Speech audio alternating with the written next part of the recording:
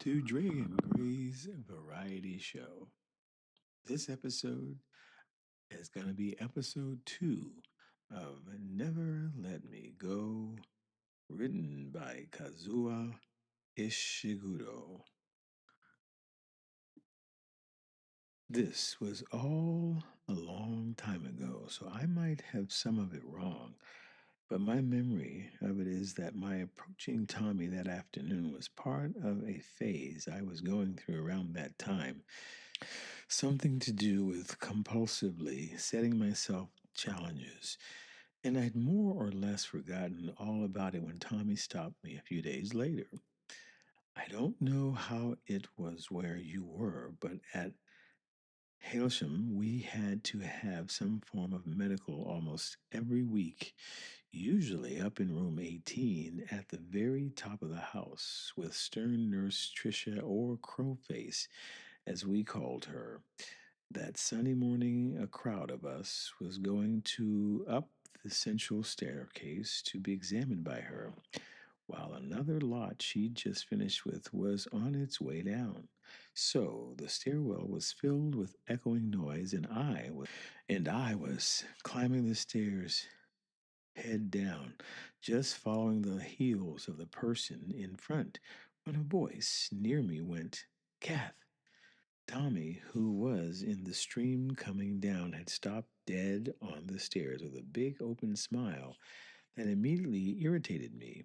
A few years earlier, maybe, if we ran into someone who, or we were pleased to see, we'd put on that sort of look. But we were 13 by then, and this was a boy running into a girl in a really public situation. I felt like saying, "Tommy, why don't you grow up?" But I stopped myself and said instead, "Tommy, quote, you're holding everyone up, and so am I, quote unquote." He glanced upwards, and sure enough, the flight above was already grinding to a halt. For a second, he looked panicked. Then he squeezed himself right into the wall next to me, so it was just about possible for people to push past. Then he said, quote, "Kath, I've been looking all over for you. I meant to say sorry, I mean.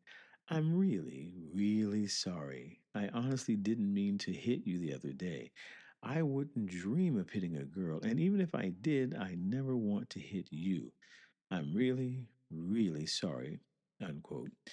Quote, "It's okay. An accident. That's all," quote, unquote. I gave him a nod and made to move away, but Tommy said brightly, quote, "The shirt's all right now.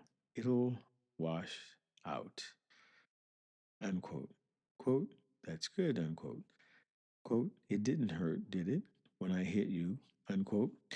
Quote, "Sure, fractured skull, concussion, the lot. Even Crowface might notice it.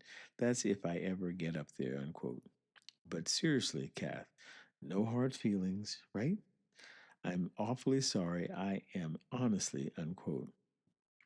At last I gave him a smile and said with no irony, quote, "Look, Tommy, it was an accident and it's now 100% forgotten. I don't hold it against you one tiny bit," unquote. He still looked unsure, but now some older students were pushing behind him, telling him to move. He gave me a quick smile and patted my shoulder like he might do to a younger boy and pushed his way into the flow. Then, as I began to climb, I heard him shout from below, quote, "See you, Kath," unquote. I'd found the whole thing mildly embarrassing, but it didn't lead to any teasing or gossip. And I must admit, if it hadn't been for that encounter on the stairs, I probably wouldn't have taken the interest I did in Tommy's problems over the next several weeks.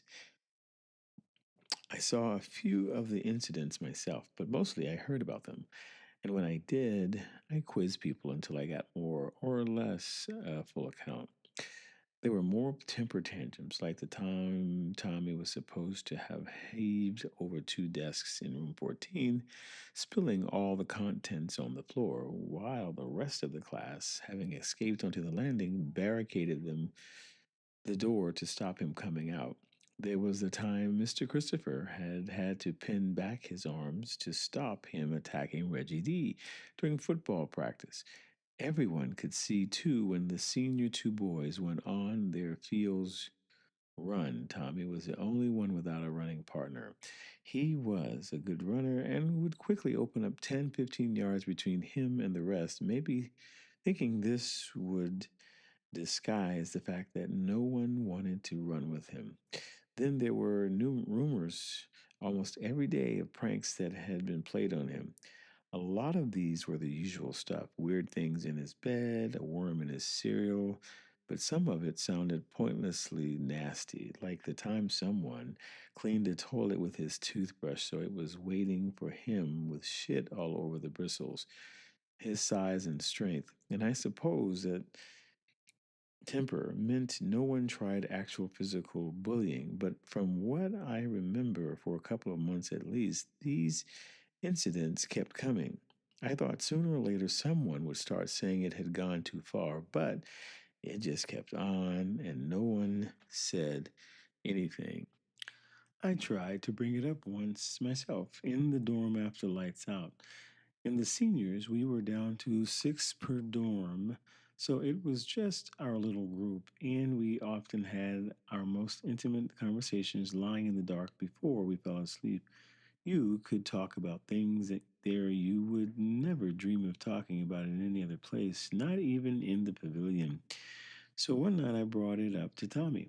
Well, I brought up Tommy.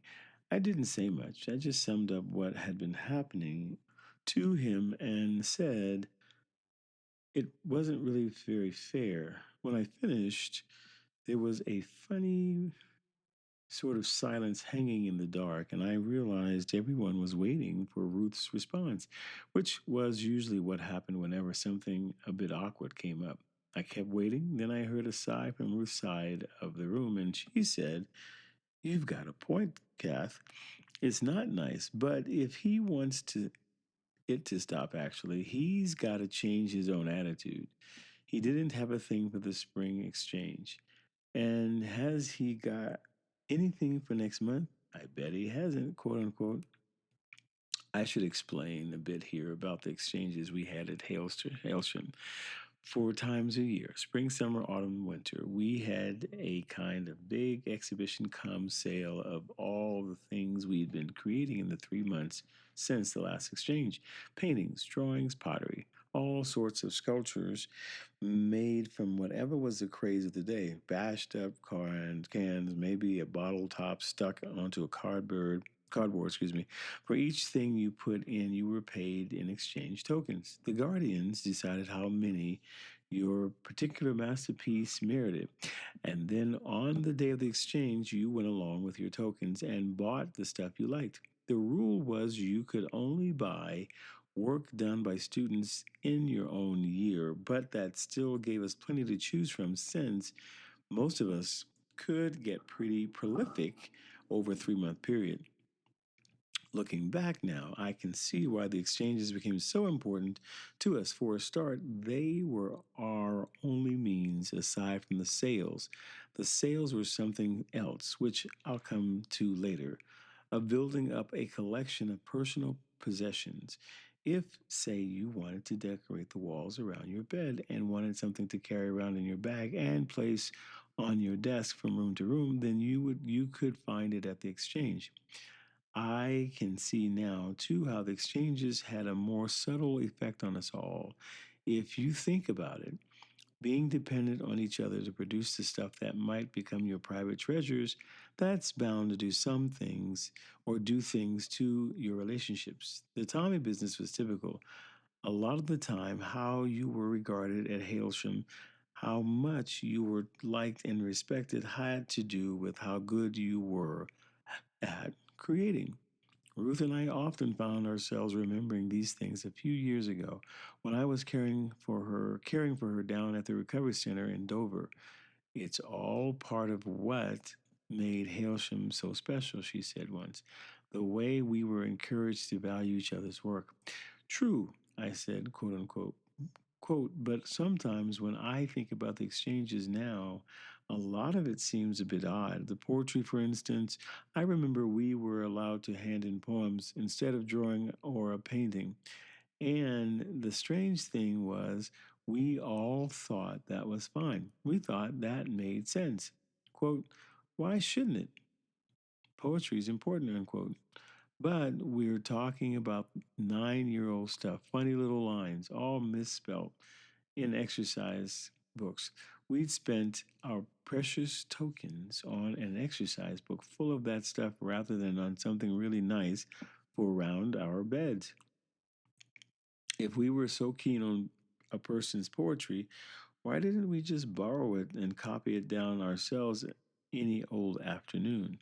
But you remember how it was. An exchange would come along and we'd be standing there, torn between Susie K's poems and those giraffes Jackie used to make. Quote, Jackie's giraffes, quote unquote, Ruth said with a laugh. They were so beautiful. I used to have one. We were having this conversation on a fine summer evening, sitting out on the little balcony of her recovery room. It was a few months after her first donation, and now she was over the worst of it. I'd always timed my evening events so that we'd be able to spend a half hour or so out there watching the sun go down over the rooftops. You could see lots of aerials and satellite dishes, and sometimes right over the distance, a glistening line that was the sea. I'd bring mineral water and biscuits, and we'd sit there talking about anything that came to our heads. The center Ruth was in where I ended up. The recovery rooms are small, but they're well designed and comfortable. Everything, the walls, the floor, has been done in gleaming white tiles, which the center keeps so clean when you first go in it's almost like entering a hall of mirrors. Of course, you don't exactly see yourself reflected back loads of times, but you almost think you do. When you lift an arm or when someone sits up in bed, you can feel this pale, shadowy movement all around you in the tiles. Anyway, Ruth's room at the center, it also had these big glass sliding panels, so she could easily see the outside from her bed. Even with her head on the pillow, she'd see a big lot of sky, and if it was warm enough, she would get all the fresh air she wanted by stepping out onto the balcony. I loved visiting her there. Loved those meandering talks and we had through the summer to the early autumn, sitting on that balcony together, talking about Hailsham, the cottages, whatever else drifted into our thoughts. What I'm saying, I went on, is that when we were that age, when we were 11, say, we really weren't interested in each other's poems at all. But remember, someone like Christy had this great reputation for poetry, and we all looked up to her for it. Even you, Ruth, you didn't dare boss Christy around, all because we thought she was great at poetry. But we didn't know a thing about poetry. We didn't care about it. It's strange. But Ruth didn't get my point, or maybe she was deliberately avoiding it. Maybe she was determined to remember us all as more sophisticated than we were. Or maybe she could sense where my talk was leading and didn't want us to go that way. Anyway, she let out a long sigh and said, quote, we all thought Christie's poems were so good, but I wonder how they'd look to us now. I wish we had some here. I'd love to see what we'd think. Then she laughed and said, quote, I have still got some poems by Peter B., but that was much later when we were in senior four.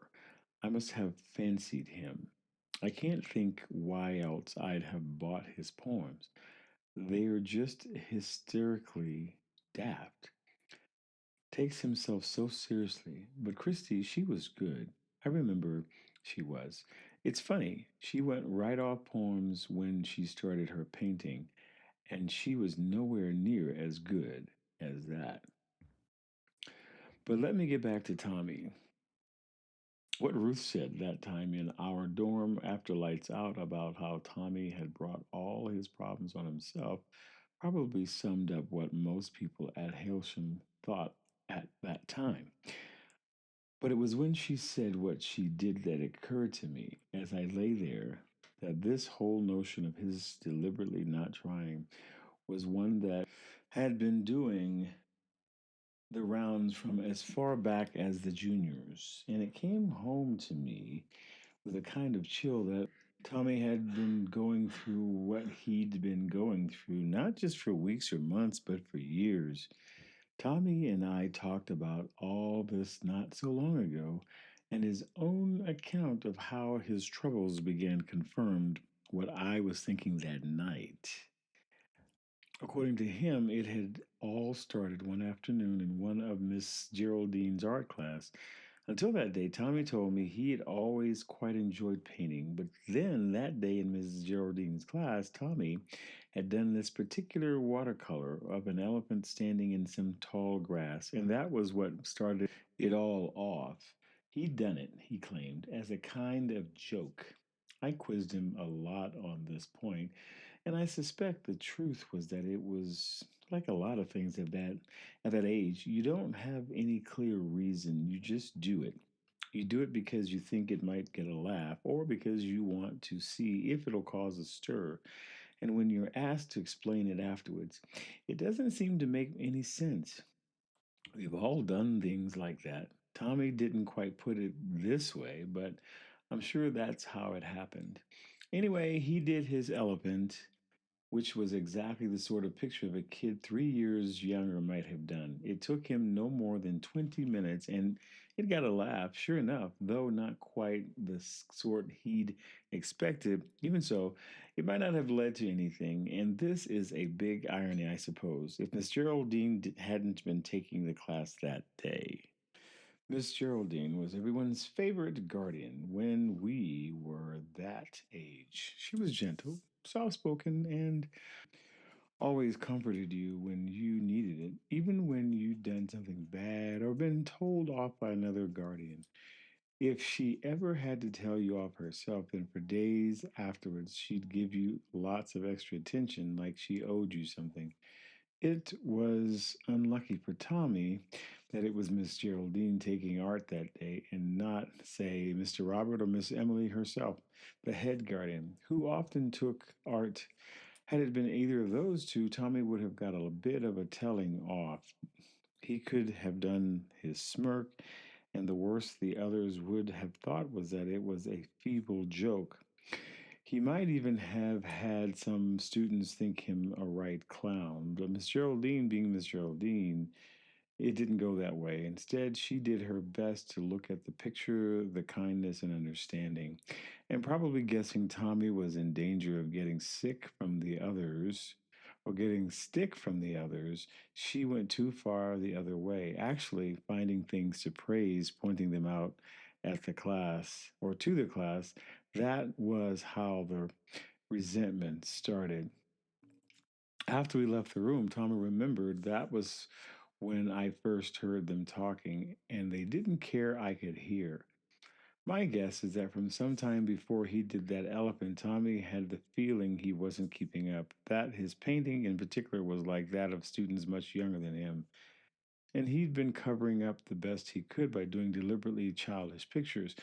But after the elephant painting, the whole thing had been brought into the open, and now everyone was watching to see what he did next. It seems he did make an effort for a while, but he'd no sooner have started on something, there'd be sneers and giggles all around him. In fact, the harder he tried, the more laughable his efforts turned out.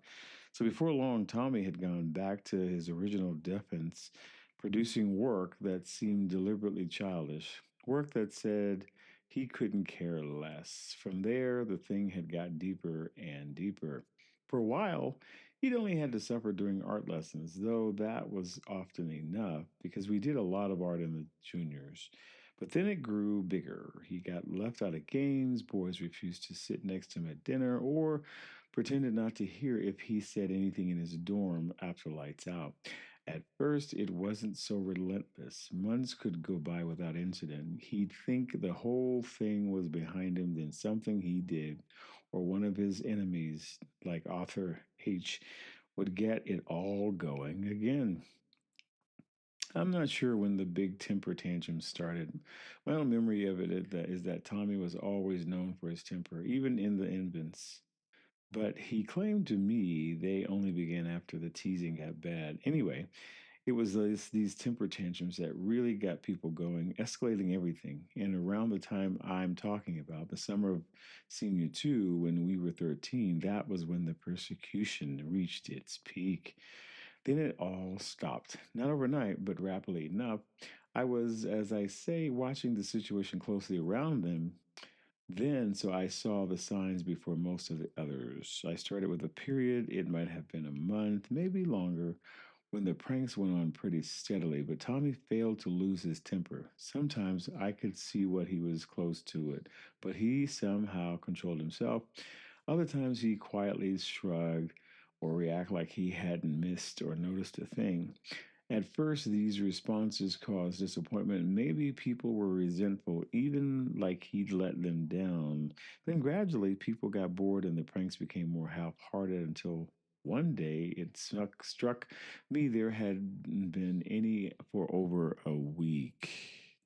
This wouldn't necessarily have been so significant by itself, but I'd spotted other changes, little things like Alexander J. and Peter N. walking across the courtyard with him towards the fields, the three of them chatting quite naturally, a subtle but clear difference in people's voices when his name got mentioned. Then once, towards the end of an afternoon break, a group of us were sitting on the grass quite close to the south playing field, and where the boys, as usual, were playing their football. It was joining in our conversation, but keeping an eye on Tommy, who I noticed was right at the heart of the game. At one point, he got ripped and picking himself up, placed the ball on the ground to take the free kick himself. As the boys spread out in anticipation, I saw Arthur F.L., one of his biggest tormentors, a few yards behind Tommy's back, begin mimicking him, doing a daft version of the way Tommy was standing over the ball, hands on the hips. I watched carefully, but none of the others took up Arthur's cue. They must all have seen because all eyes were looking towards Tommy, waiting for his kick, and Arthur was right behind him. But no one was interested.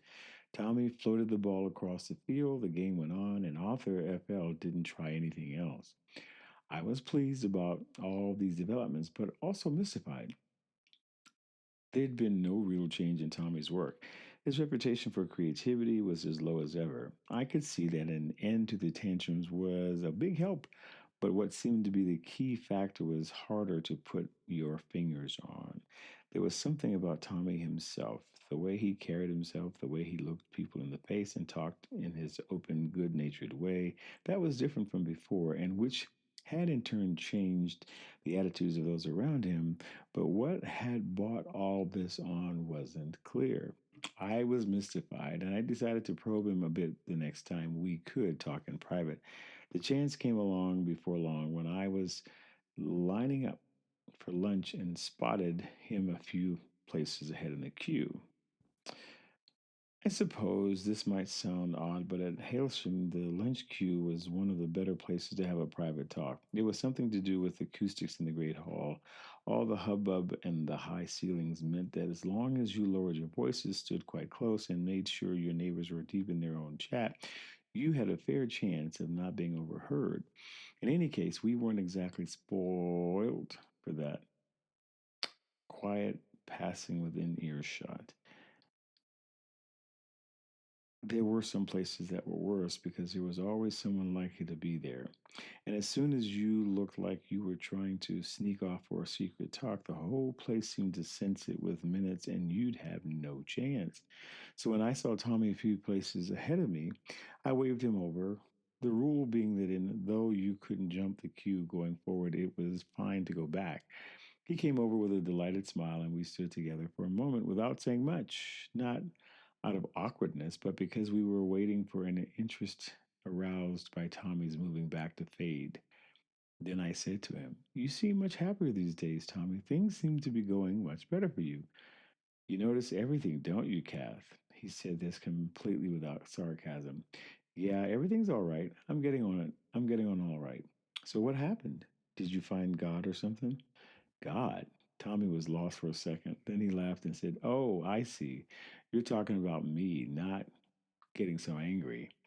"Not just that, Tommy. You've turned things around for yourself. I've been watching, so that's why I was asking." Tommy shrugged. "I've grown up a bit, I suppose, and maybe everyone else has too. Can't keep on with the same stuff all the time. Gets old."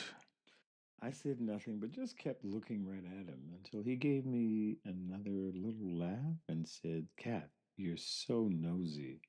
"Okay, I suppose there is something. Something that happened. If you want, I'll tell you."